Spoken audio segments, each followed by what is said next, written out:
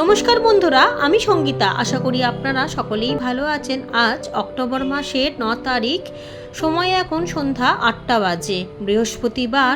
সকাল থেকেই আকাশটা বেশ ভালো ছিল, তবে এই কদিন ধরে সকালের দিকটা ভালোই রয়েছে এবং বেলা বাড়তে বাড়তেই একটু মেঘলা করে একটু একটু বৃষ্টিও হয়। তবে অল্প অল্প ঠান্ডার আভাসও কিন্তু পড়ে গিয়েছে।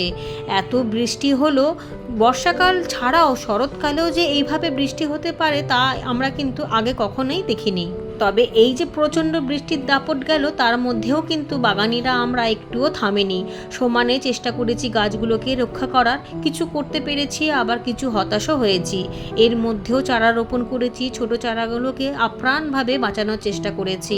কিছু চারা বাঁচাতে পেরেছি, কিছু চারা তো নষ্ট হবেই। তবে চারা রোপণ কিন্তু এখনো পর্যন্ত বন্ধ করিনি। এত বৃষ্টির মধ্যেও কিন্তু আমরা চেষ্টা চালিয়ে গেছি। তার ফলস্বরূপ দেখুন চারাগুলো কিন্তু দিব্যি ভালো হয়েছে। প্রথমে যে গাঁথা চারাগুলো দিয়েছিলাম সেগুলো তো বেশ বড় হয়েছে। এগুলো আবার দেখুন বর্ষার মধ্যেই দানা ফেলেছিলাম, সেইগুলো সুন্দরভাবে বাড়ছে। লাউ চারাগুলোও সুন্দরভাবে বাড়ছে। আর একটু বড় হলেই বড় বেডে দিয়ে দেবো। এখন না, কটা দিন যাক, একটু বড় হোক, তারপর দেবো। তবে আজকে কিন্তু 5 রকমের বীজ বসিয়ে দেবো। শুধু আজকেই নয়, এবার থেকে শুরু হলো বীজ বপন করা। অনেকটাই আমরা পিছিয়ে পড়েছি ওয়েদারের খামখেয়ালির জন্য। সেই জন্য আমাদেরকে এখন কিন্তু তাড়াতাড়ি করেই সমস্ত বীজ বপন করতে দিতে হবে। প্রথমেই দেব ডাঁটা শাকের দানা। এখানে 3টে বস্তার মধ্যে পুঁই শাক গাছ রয়েছে। খুব সুন্দরভাবে পুঁই শাকগুলো হয়েওছে। শীতের সময় যেহেতু শাক অত ভালো হবে না, কিন্তু পুঁই মিটলি পাওয়া যাবে। কিন্তু এত বড় বস্তাটা কি খালি যাবে? সেই কারণেই সাদা ডাঁটা শাকের দানা এখানে ছড়িয়ে দিলাম। একটু ঘন করেই দিলাম। যখন শাক হবে, শাকটা কেটে নেওয়া হয়ে যাবে, তারপর একটুখানি কমিয়ে দিলেই ডাঁটা কিন্তু খুব সুন্দরভাবে পাওয়া যাবে। প্রতি বছরই কিন্তু আমি ডাঁটা শাক শীতের সময়তেও করি। এমনিতেও শীতের সময় ভ্যারাইটি সবজি হয়, আর সেটা যদি নিজের ছাদ বাগানে দেখা যায় তাহলে কিন্তু আনন্দটা অনেকটাই বেড়ে যায়। নানান ধরনের ফুল এবং প্রচুর সবজি নানান ধরনের দেখলে যে কোনো মানুষেরই মন ভালো হয়ে যাবে। বরবটিগুলো কিন্তু আবারও তোলার মতো হয়ে গিয়েছে, এগুলো কিন্তু তুলে ফেলতে হবে। এই গাছগুলো থেকে প্রচুর বরবটির দানা কিন্তু আমি সামনের বছরের জন্য তুলে রেখেছি। ফাঙ্গিসাইড পাউডার মিশিয়ে রেখে দিয়েছি। তবে কিছু কিছু কিন্তু আমি বসিয়ে দেবো। কোনো বেড খালি হলে, অথবা যেই ফুল গাছগুলো শীতের সময় ফুল দেওয়া বন্ধ হয়ে যাবে, সেই সব গাছের গোড়াতেই আমি দানাগুলোকে দিয়ে দেবো। এখান থেকে কিছু বরবটিও পাওয়া যাবে। তবে শীতে অতটা বরবটি ভালো না হলেও মোটামুটি ভালোই পাওয়া যাবে। শসাও আবার রেডি হয়ে গিয়েছে, তবে এটা বড়ই ছোট, আর একটু বড় হোক তারপর তুলে নেব। শসা কিন্তু ভালোই পাচ্ছি এখানের গাছ থেকে। এখানে কিন্তু শসা, ঝিঙে, বরবটি সব একসাথেই হচ্ছে। আবারও উচ্ছে রেডি হয়ে গিয়েছে। এই উচ্ছেগুলো কদিন আগেই তুলে নিয়েছে। উচ্ছে কিন্তু খুব তাড়াতাড়ি রেডি হয়ে যায়। আর এদিকে দেখুন করবী গাছের গোড়াতে প্রচুর আগাছা হয়েছে। এই সমস্ত আগাছাগুলোকে পরিষ্কার করে দলা মজরা করে মাটি চাপা দিয়ে দিই এই গাছের গোড়াতেই। এতে যখন খাবার পড়ে, জল পড়ে, তখন সবই পচে গিয়ে গাছে খুব ভালো খাবার পেয়ে যায়। এরকম করেই কিন্তু আমি বেশিরভাগ গাছে খাবার দিই। কারণ অন্যান্য গাছে তো অতটা বেশি খাবার লাগে না যতটা বেশি খাবার জবা গাছে লাগে। তবে এই যে করবী গাছের গোড়ায় এখন আমি খাবার দিই বা যাই দিই না কেন, এই সময় তো কোনো কিছুই শাকসবজি দিই না। শীতের সময় কিন্তু এই গাছের গোড়াতে আমি মাটি সার দিয়ে শাক গাছের দানা ছড়িয়ে দিই। এতে কিন্তু খুব ভালো জায়গাটাও রয়েছে এবং খুব ভালো শাকও হয়। তাছাড়া শাক গাছের শেকড় যেহেতু খুব একটা গভীরে যায় না, ওপরই শেকড় থাকে, তাই অল্প মাটিতে সার মিশিয়ে দিলেই খুব ভালো শাক পাওয়া যায়। এতে গাছেও কোনো ক্ষতি হয় না, বরং ভালোই হয়। শীতের শেষেই গরমের শুরুতেই ওই সব খাবার দেওয়ার কারণেই গাছে তাড়াতাড়ি করে ফুল চলে আসে। সারা বছর ফুল হয়ে থাকে। এই দেখুন এত বড় বড় বালতির মধ্যে রয়েছে, এখানেই শাক গাছের দানা ছড়িয়ে দেবো। পুঁই শাক গাছের গোড়াতে তো আমি ডাঁটা শাকের দানা ছড়িয়ে দিয়েছি। এইবার এখানে মাটিটার মধ্যে আমি বিমসের দানা বসিয়ে দেবো, যেটা গত সপ্তাহেও বসিয়েছিলাম চেক করার জন্য যে দানা থেকে চারা ওঠে কিনা। কিন্তু খুব সুন্দরভাবেই উঠেছে এবং সেই চারাগুলোকে আজকে বসিয়ে দেবো এবং নতুন করে বীজ রোপণও করে দেবো। এখানে বিমসের অনেকগুলো দানাই রয়েছে, একসাথে একটা টবের মধ্যে দেবো না। চারাগুলো উঠলে তার মধ্যেই আমি বেড রেডি করে নেবো এবং চারা তৈরি করে বসিয়েও দিতে পারবো। তবে আমি কিন্তু কোনো রকম সার ছাড়াই শুধুমাত্র মাটির মধ্যেই বীজ বসাচ্ছি। কারণ এই যে এত অত্যাধিক বৃষ্টি হয়েছে, এই বৃষ্টির কারণেই কিন্তু মাটিগুলো সব উন্নত মানের হয়ে গিয়েছে। সমস্ত রোগ ফাঙ্গাস সব কিছু নষ্ট হয়ে গিয়েছে এবং মাটিগুলো খুবই উন্নত মানের হয়ে গিয়েছে। এই কারণেই সার মেশাবার আর প্রয়োজনে নেই, শুধু একটুখানি হাতের সাহায্যে খুশে নিলেই যথেষ্ট। মাটি তো এমনিতেও ঝুরঝুরে রয়েছে, এবার এর মধ্যে একে একে বাকি বীজগুলোকেও বসিয়ে দেবো। এখন এর মধ্যে বসাবো 2 রকমের শিমের দানা। এখানে খাটো জাতেরও শিম রয়েছে, আবার লতানো জাতেরও আছে। সিম গাছের চারা কিন্তু আমার উঠেও গিয়েছে এবং বেডের মধ্যে দিয়েও দিয়েছি। একটা তো অনেক বড় হয়ে গিয়েছে, আর একটা যথেষ্ট ছোট রয়েছে, আবারও বসিয়ে দিলাম। কারণ গ্যাপে গ্যাপে সবজিগুলোর বীজ বসালে গ্যাপে গ্যাপেই কিন্তু সবজিগুলো হবে, তার ফলে এক টাইমে অনেক সবজি পাওয়া গেলে আর এক টাইমে ফাঁকা থাকবে। সেই কারণেই গ্যাপে গ্যাপে বসালে পর পর সবজিটা কিন্তু পাওয়া যাবে। শিমের দানাগুলোকে বসিয়ে একটু বেশি জল দিয়ে সাইড মতো করে রাখলাম। তবে বিমসের দানা বসানোর পর কিন্তু অত্যাধিক বেশি জল দেওয়া যাবে না, তাহলে এই দানাগুলো গলে যাবে। তবে এবারে আর বিমসের দানা বসিয়ে আমি শেডের তলায় অথবা কোনো আড়াল জায়গায় রাখবো না, কারণ আর সেরকম বৃষ্টি হবে না। এবার খোলা ছাদের মধ্যেই একটা সাইড করে রাখলেই হবে।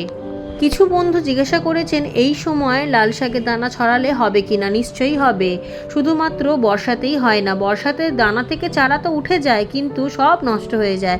এখন যেহেতু সেরকমভাবে আর বৃষ্টি হবে না, তাই এই সময়তেই দানা ছড়িয়ে দিলে খুব সুন্দর শাক গাছ হয়ে যাবে। এই কারণেই আমার একটুখানি পুরনো দানা ছিল, সেটাই আমার ছেলে এই ক্যারেটটার মধ্যে বসিয়ে দেবে। এখানে হোক আপাতত যেটুকুনি রয়েছে, পরে শাকটা উঠিয়ে নিয়ে অন্য কোনো কিছুও লাগানো যাবে বা নতুন করে দানা ছড়াতেও পারবো। আর এক দিদিভাই জিজ্ঞাসা করেছেন অন্যান্য বীজের মতো শাকের দানাও কি ভিজিয়ে রাখতে হবে কি না। না, একেবারেই না। আমি অন্তত ভেজাই না। শাকের দানা ভেজাবার প্রয়োজনই পড়ে না। শাকের দানা এমনি ছিটিয়ে দিলেই, জল দিয়ে দিলে তার মধ্যেই কিন্তু খুব সুন্দরভাবে শাক গাছ উঠে যাবে। এই দেখুন, এই কোম্পানিটার বীজ বসালাম। এটা হচ্ছে 10 টাকা প্যাকেট, গাছের হাট থেকে নিয়ে এসেছিলাম। সামান্য সামান্য জল দিয়ে দিল আমার ছেলে। এবার এখানে যে 2টো বেড কালকে আমি রেডি করেছিলাম, তার মধ্যেই বিমসের চারাগুলোকে আমি বসিয়ে দেবো। যেটা গতকালই আপনাদেরকে দেখিয়েছিলাম যে বেডগুলোকে কিভাবে রেডি করে নিয়েছি। এগুলো হচ্ছে 12 ইঞ্চি গ্রো ব্যাগ, খাটো জাতের লম্বা 12 ইঞ্চি গ্রো ব্যাগগুলো দেখুন ঠিক আমার পেছনে, যেগুলোতে আমি টমেটোর চারা দিয়েছি। আর একটা রয়েছে 15 ইঞ্চিটা, যেটার মধ্যে আমি বেগুনের চারা দিয়েছি। একটা 12 ইঞ্চি গ্রো ব্যাগের মধ্যে 2টো করে চারা দেওয়াই ভালো, তাতে ফলনটা ভালো পাওয়া যায়। কিন্তু আমি আগেই বলেছি যে সব দানা থেকে চারা উঠলেও এবং চারা ওঠার পরও কিন্তু অনেক চারা নষ্ট হয়ে যায়। সেই কারণে একটু এক্সট্রাভাবে দিয়ে রাখলে একটা যদি মারাও যায় তাহলে 2টো কিন্তু রয়েই যাবে। সেই কারণেই আমি 3টে করে চারা বসিয়ে দেবো।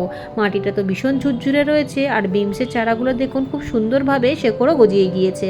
এই দেখুন কত সুন্দর শেকড় ছেড়েছে, এতে গাছটা লেগেও যাবে। এখন আর কোনো আড়াল আপডালের দরকার নেই, সরাসরি ছাদের মধ্যেই রাখবো, কারণ রোদের তাপটা অনেকটাই কমে গিয়েছে। আর বৃষ্টি হলেও তেমনভাবে তো হচ্ছে না, এই বৃষ্টিতে কোনো গাছই ক্ষতি হবে না। একটা কথা মনে রাখবেন, বিশেষ করে নতুন বাগানি বন্ধুরা, সমস্ত দানা একেবারেই কিন্তু বসিয়ে দেবেন না। প্রথমে অল্প করে বসিয়ে দেখবেন যে চারা উঠছে কিনা। যদি উঠে যায় তাহলে আবারও বসাতে পারবেন। আস্তে আস্তে গাছ করতে করতে অভিজ্ঞতাটাও বেড়ে যাবে। চারাগুলো বসানো হয়ে গিয়েছে, এবার এক সাইড মতো জায়গায় রেখে দেবো। তবে স্ট্যান্ডের ভীষণই অভাব, স্ট্যান্ড আমাকে আবারও অর্ডার করতে হবে এবং তৈরিও করে নিতে হবে। যাই হোক, এখন আপাতত এখানে গাছগুলো বড় হোক। শীতের গাছে তো খুব বেশি একটা জল লাগে না, তাই জন্য ছাদেও ড্যামেজ হবার ভয় থাকে না। ছাদে অত্যাধিক বেশি জলও হয় না, শীতের বাগান তো, তাই খুব তাড়াতাড়ি জল টেনে নেয় এবং শুকনোই থাকে। এই দেখুন চারাগুলো বসিয়ে দিলাম, 3টে করেই দিয়েছি, যদিও বা বাকি 2টো খুবই ছোট অল্প অল্প জলও দিয়ে দিলাম। তবে রোজ জল দেব না, একদিন জল দেবার পর যতদিন না পর্যন্ত গোড়াটা শুকায় ততদিন পর্যন্ত কোনো জলও দেওয়া যাবে না এবং কোনো সারও দেওয়া যাবে না, কারণ সার মাটি দিয়েই তো আমি বেডগুলোকে রেডি করেছিলাম। কালকে ঠিক এরকমভাবেই বেড রেডি করে টমেটোর চারাগুলোকে বেগুন গাছের গোড়া থেকে তুলে এই ক্যারেটের মধ্যে দিয়ে দিয়েছিলাম। কালকে বলেছিলাম একটা ক্যারেটের মধ্যে 4টে চারাই যথেষ্ট, কিন্তু 2টো এক্সট্রাভাবে দিয়ে রাখলাম। যদি কোনো চারা নষ্ট হয়ে যায় তাহলে বাকিগুলো ঠিক থাকবে এবং ফলনটাও তাতে ভালো হবে। ঝুড়ি চাপা দিয়ে রাখলাম, কারণ সারা রাত খোলা ছিল। সূর্যের তাপটা সকালবেলা এখানে প্রচুর পরিমাণে পড়ে, আর এত ছোট চারার ওপর সরাসরি কড়া রোদ পড়লে চারাগুলো নেতিয়ে যাবে। পরে ঝুড়িটা খুলে দেবো যখন রোদের তাপটা একটু কমে যাবে। যদিও বা বেলা পড়তে পড়তে মেঘলাই হয়ে রয়েছে এবং অল্প অল্প বৃষ্টিও হচ্ছে, তবে সেরকম বৃষ্টি না, এরকম ঝিরঝিরে বৃষ্টি কিন্তু হলে কোনো গাছেরই ক্ষতি হবে না। ওপরে যে চন্দ্রমল্লিকা গাছগুলো সেগুলো তো কদিন আগেই আমি সাপোর্ট দিয়ে দিয়েছিলাম। এবার 3তলার যে চারাগুলো রয়েছে এইগুলোকে এখন সাপোর্ট দিয়ে দেবো। যদি এত অত্যাধিক বৃষ্টি না হতো তাহলে গাছগুলো হয়তো আরও ভালো হতো।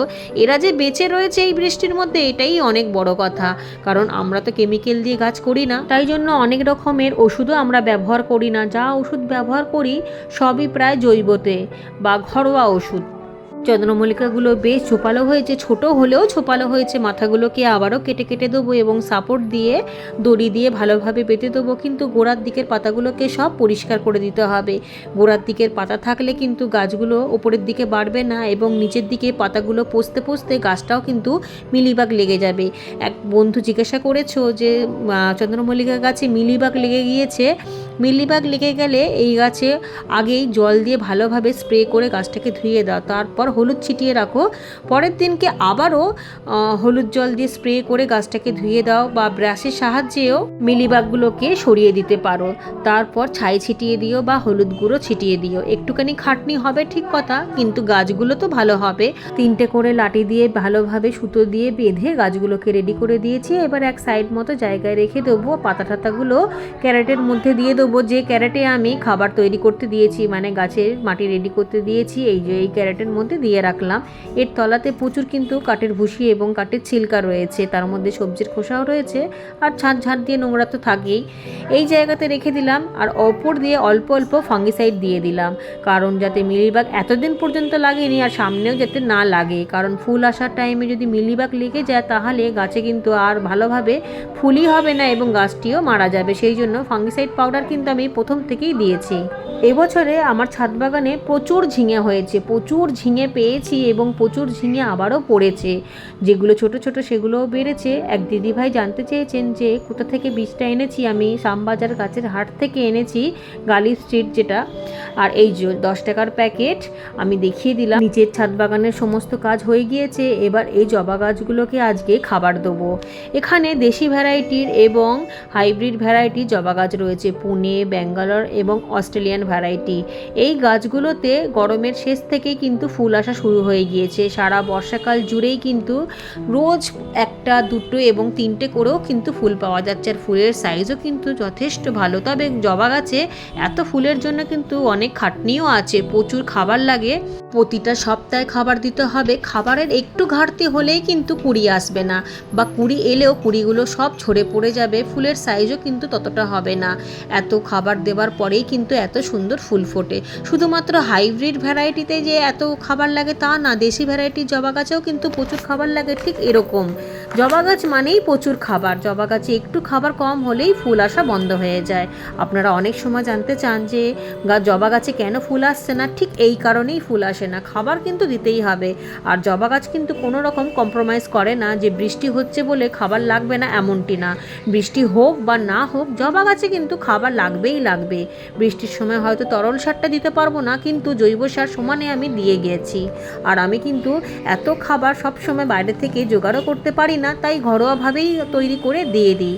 আর এদিকে যে জবা গাছগুলো আছে প্রতিটাই কিন্তু নেট পটের মধ্যে ছিল, যেগুলো আমি বর্ষার মাঝেতেই নেট পট কেটে নতুন করে রিপোর্ট করে নতুন মাটিতে বসিয়েছিলাম। সেগুলো বর্ষার জলে ভালোভাবে লেগেও গিয়েছে এবং অনেক ডালপালা ছেড়েছে এবং প্রতিটা ডালে ডালে কিন্তু কুড়ি এসছে। ফুলের সাইজও কিন্তু যথেষ্ট ভালো এবং রোজই ফুল পাওয়া যাচ্ছে। নেট পটে থাকলে হয়তো এতদিন এই গাছগুলোকে আমি বাঁচাতেই পারতাম না। সেই মরা মরা গাছগুলোই দেখুন কতটা সুন্দর হয়েছে বর্ষার জলের জন্য। এবং তার ওপর আমি খুবই খেয়াল করে রেখেছি এই গাছগুলোতে, কারণ যত বেশি খাবার দেওয়া যাবে তত বেশি কিন্তু পোকামাকড়, মিলিবাগ, জাপ পোকা লেগে যাবে। সুতরাং এই জবা গাছে খুবই পরিচর্যা লাগে, খুবই খাটনি, তবেই কিন্তু সারাটা বছর এইভাবেই ফুল পাওয়া যাবে। এত সুন্দর ফুল কি আর এমনি এমনি হয়? তার জন্য প্রচুর খাটতে লাগে। আর আমি সবসময়তেই এই কথাটা বলি, ছাদ বাগান মানেই আমি ফুল গাছ ভীষণভাবে ভালোবাসি, যত্ন করি, খুব খেয়াল রাখি, পরিচর্যা করি, আমার খুবই ভালো লাগে। তবে একটা কথা কিন্তু মনে রাখতে হবে, যে কোনো ফুল গাছ হোক বা সবজি গাছ আপনি যেভাবে খাবারের অভ্যাস করবেন গাছ কিন্তু সেভাবেই মেনে নেবে। আমিও ঠিক জবা গাছগুলোতে ঘরোয়া খাবারের অভ্যাস করেছি, সেইভাবেই কিন্তু আমি খাবার দিই আর সেইভাবেই গাছগুলো বড় হচ্ছে। কারণ বাইরে থেকে খাবার কেনার মতো সময় আমার কাছে নেই, সামর্থ্য থাকলেও সময় কিন্তু হয়ে ওঠে না। সেই কারণেই ঘরোয়া উপাদান দিয়েই কিন্তু আমি খাবার তৈরি করে নিই। আজকেও সেই জন্য জবা গাছের খাবার তৈরি করে নিয়ে এলাম। শুধুমাত্র হাইব্রিড গাছের জন্য নয়, দেশি ভ্যারাইটি যে জবা গাছগুলো রয়েছে সেইগুলোতেও খাবার দেবো। 50 গ্রামের মতো কাঁচা বাদাম এবং 50 গ্রামের মতো কাঁচা সর্ষে একসাথে পেস্ট করে নেবো। একটু পাতলা করেই করব, তবে মিহি করেই করে নেবো। দুটো একসাথেই কিন্তু করব, কোনো কিছু আলাদাভাবে করার দরকার নেই এবং বাদামগুলোকেও ভিজিয়ে রাখার দরকার নেই। তবে আপনারা চাইলে ভিজিয়েও রাখতে পারেন সারা রাত, তারপর পেস্ট করতে পারেন। এই দেখুন আমি বেশ গাঢ় গাঢ় মতো একটুখানি জল দিয়েই করে নিয়েছি। এবার এটাকে ছাদে নিয়ে যাব, এর মধ্যেও কিছু উপাদান মেশাবো, তবে উপাদান ছাড়াও কিন্তু সরাসরি এইভাবে দেয়া যায়। একে একে সমস্ত উপাদানগুলো মিশিয়ে নেব। সবার প্রথমে দেবো অল্প একটু সামান্য খাবার চুন, তারপর অল্প একটুখানি হাড়ের গুঁড়ো, সামান্য একটুখানি শিংকুচি, সামান্য একটুখানি চকের গুঁড়ো। তবে চকের গুঁড়ো যদি না থাকে সেক্ষেত্রে আপনারা ডিমের খোসাও দিতে পারেন, দুটোই কিন্তু ক্যালসিয়ামের ঘাটতি পূরণ করতে সাহায্য করে। দিয়ে দেবো এর মধ্যে যে কোনো রকমের ফাঙ্গিসাইড পাউডার। আমি এখানে একটুখানি বেশি পরিমাণে নিমখোল দিয়ে দিলাম, যেহেতু এটা বাদাম বাটা রয়েছে তাই জন্য পিঁপড়ে লাগার সম্ভাবনা থাকে। নিমখোল দিয়ে দিলে কোনো রকমভাবেই আর পিঁপড়ে টিপড়ে হবে না। আর এই সারটা কিন্তু কোনো রকমভাবেই আমি 1 দিন 2 দিন বা 3 দিনের জন্য একেবারেই পচাবো না, সরাসরি দিয়ে দেবো। তবে উপাদানগুলো কিন্তু খুবই কম কম দিতে হবে, উপাদান ছাড়াও কিন্তু দেয়া যাবে, আপনাদের কাছে যেটা থাকবে সেটাই দেবেন। আমি যেগুলো দিচ্ছি সেইগুলোই যে দিতে হবে এর কোনো মানে নেই। আমি তো প্রথমেই বললাম আপনি গাছকে যেভাবে অভ্যাস করবেন গাছ কিন্তু সেভাবেই আপনাদেরকে মেনে নেবে এবং ফুল দেবে। আমি যেটা দিচ্ছি সেটাই যে দিতে হবে তবেই যে ফুল হবে এরকম কোনো কথাই নেই। মধ্য কথা হলো খাবার নিয়ে দরকার, খাবারটা যদি যথাযথ পেয়ে যায় এবং খাবারের মধ্যে সব উপাদান যদি এইভাবেই ঘরোয়া পদ্ধতিতে পেয়ে যায় তাহলে আর কোনো অসুবিধাই হবে না। এবার সব কিছু একসাথে ভালোভাবে মিশিয়ে আমি 2 ঘন্টা রেখে দিয়েছিলাম, তার মধ্যেই বাগানের সমস্ত রকমের কাজ করে নিয়েছি। 2 ঘন্টা পর এই খাবারটা আমি সমস্ত গাছের গোড়ায় গোড়ায় অল্প অল্প করে দিয়ে দেবো, খুব বেশি খাবার দেবার দরকার নেই। আর এই খাবারটা যেহেতু খুবই স্ট্রং তাই কোনোভাবেই কিন্তু শীতের চারা গাছগুলোকে বড় করার জন্য দেয়া যাবে না। শীতের গাছ কিন্তু এত স্ট্রং খাবার কোনোভাবেই নিতে পারে না, তার জন্য কিন্তু অনেক দিন আগেই আমি শীতের ফুল গাছের জন্য খাবার তৈরি করে দেখিয়ে দিয়েছি, সেই খাবারটা সম্পূর্ণ আলাদা আর কিভাবে দিতে হবে সেটাও দেখিয়েছি। আর জবা গাছের জন্য ওই রকম শীতের খাবারে কোনো লাভই হবে না, কারণ শীতের গাছ খুব সামান্য পরিমাণে খাবার খেয়ে বড় হয় এবং ফুল দেয়, যেহেতু সিজনাল ফুল তাই। আর শেকড় খুবই পাতলা হয়, কিন্তু এই যে পার্মানেন্ট প্ল্যান্টগুলো রয়েছে ওই সূক্ষ্ম খাবারে এদের কোনোভাবেই পোষাবে না, তাই এদেরকে একটু শক্তিশালী খাবারই দিতে হবে। আমার ছাদ বাগানে যত রকমের জবা গাছ আছে সবেতেই সারাটা বছর ফুল থাকে, কম বেশি ফুল ফুটতেই থাকে, কারণ আমি প্রতি সপ্তাহতেই খাবার দিই, খাবারের ঘাটতি হলেই বিপদ। তবে এত যে খাবার পড়ছে এতে কিন্তু পিলিবাগ জাবপোকা লেগে যাবার সম্ভাবনা থাকে, এটা কিন্তু আমি আগেই বলেছি। খাবার দেওয়ার সাথে সাথে প্রত্যেক দিন আপনাদেরকে দেখতে হবে যে গাছে কোনো রকমভাবে মিলিবাগ লেগেছে কিনা, একটু একটু লাগলে প্রথম থেকেই চিকিৎসা করতে হবে, তবে কেমিক্যাল দিয়ে নয় বা কোনো কীটনাশক দিয়ে না, অতিরিক্ত বাড়াবাড়ি হলে তবে কীটনাশক দেবেন, না হলে ওই শ্যাম্পু জল দিয়ে ধুয়ে দেবেন বা ভিনিগারের জল দিয়ে স্প্রে করে দেবেন বা একটু হলুদ ছিটিয়ে দেবেন, তাহলেই হয়ে যাবে।